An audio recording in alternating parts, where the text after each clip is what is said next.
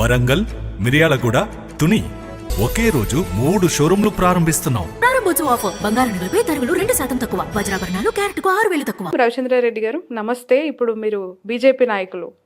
నమస్తే అండి శ్రావణ్ గారు. ఒక 4 months ముందు మనం ఇంటర్వ్యూ చేసాం. అవును.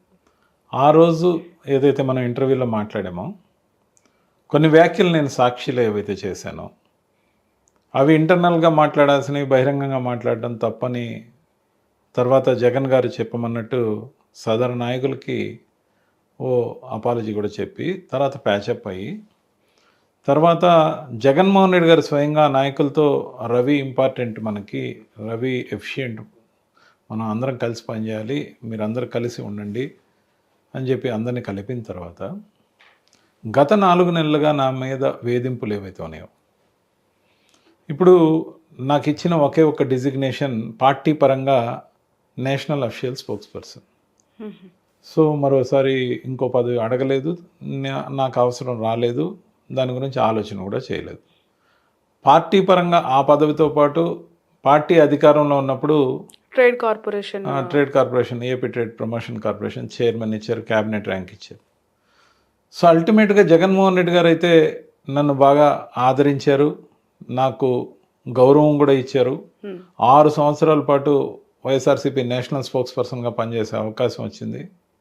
అటు కాంగ్రెస్ ఉన్నప్పుడు 10.5 సంవత్సరంలో కానీ ఇటు వైఎస్ఆర్సీపీలో కానీ ఓన్లీ నేషనల్ మీడియాకి 1200 డిబేట్లు చేశాను, ప్లస్ 1200 ప్లస్.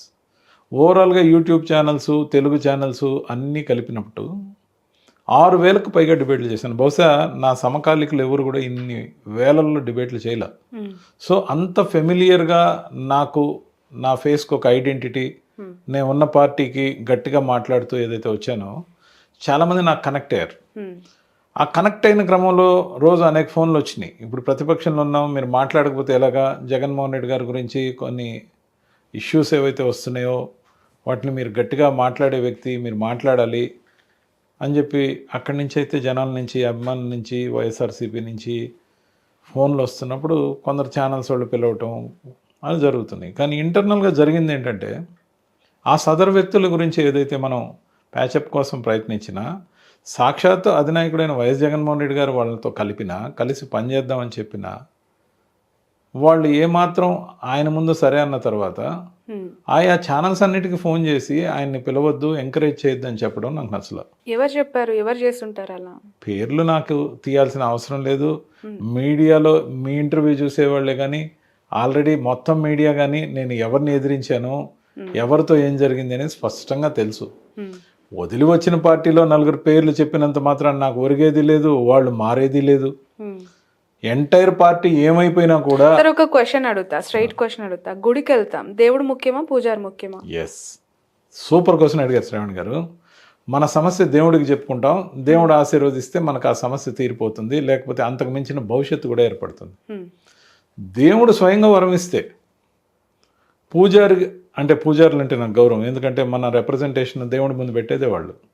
అదేవిధంగా ఇక్కడ ఎవరైతే పూజారులుగా మారారో వాళ్ళు అలా ఎలా ఇస్తావు, నువ్వంతటి నువ్వు వరం ఇచ్చేదానికి, నువ్వు దేవుడు అయితే నిన్ను నిద్ర లేపేది మేము, సుప్రభాతం పాడేది మేము, ప్రసాదం పెట్టేది మేము, నైవేద్యం ఇచ్చేది మేము, రాత్రి ఉయ్యాల సేవ చేసిన తర్వాత నిద్రపుచ్చేది మేము, నీ పాటికి నువ్వు భక్తులకు డైరెక్ట్గా కనెక్ట్ అయితే మా ఇంపార్టెన్స్ ఎక్కడా అని అడిగారు.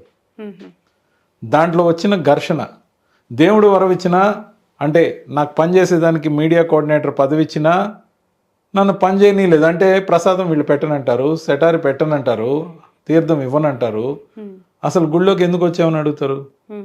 సో ఖచ్చితంగా దేవుడు ముఖ్యం అన్నప్పుడు 100% దేవుడు ముఖ్యమే. దేవుడి దగ్గర నాకు ఆదరణ ఉంది, వీడు మంచి భక్తుడన్న గుర్తింపు దేవుడి దగ్గర ఉంది, కానీ ఏం ప్రయోజనం?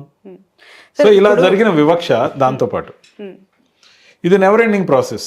ఈరోజు పార్టీ నుంచి ఎంతమంది వెళ్ళిపోతున్నారో వైఎస్ఆర్సీపీ నుంచి, ఇంక్లూడింగ్ మీ, నిన్న మొన్న విజయసాయిరెడ్డి గారితో సహా అందరూ ఆ సదరు వ్యక్తి, కొందరు వ్యక్తుల యొక్క బాధితులు.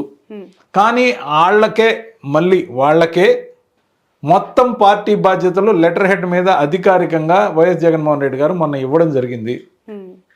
మరి ఇంకా మార్పు ఎట్లా వస్తుంది? వరంగల్, మిర్యాలగూడ, తుని మీ ఆశీర్వాదంతో ఒకే రోజు 3 షోరూంలు ప్రారంభిస్తున్నాం. ఇంతవరకు డబ్బులు వృధా చేసింది చాలు. తప్పకుండా మీ లలితా జ్యువెలరీలో ఎస్టిమేట్ స్లిప్ తీసుకోండి. మీకు నచ్చిన నగను ఫోటో తీసుకోండి. మార్కెట్ ధరతో పోల్చండి. ఎక్కడ ధర తక్కువో అక్కడే కొనండి. Warangal, Hanumakonda, Rayapura main road, Miryalaguda, Sagar road, Tuni market main road. డబ్బులు ఎవరికి ఊరికే రావు. ప్రారంభోత్సవ ఆఫర్. బంగారు నగలపై తరుగులు 2% తక్కువ. వజ్రాభరణాలు క్యారెట్ కు 6,000 తక్కువ.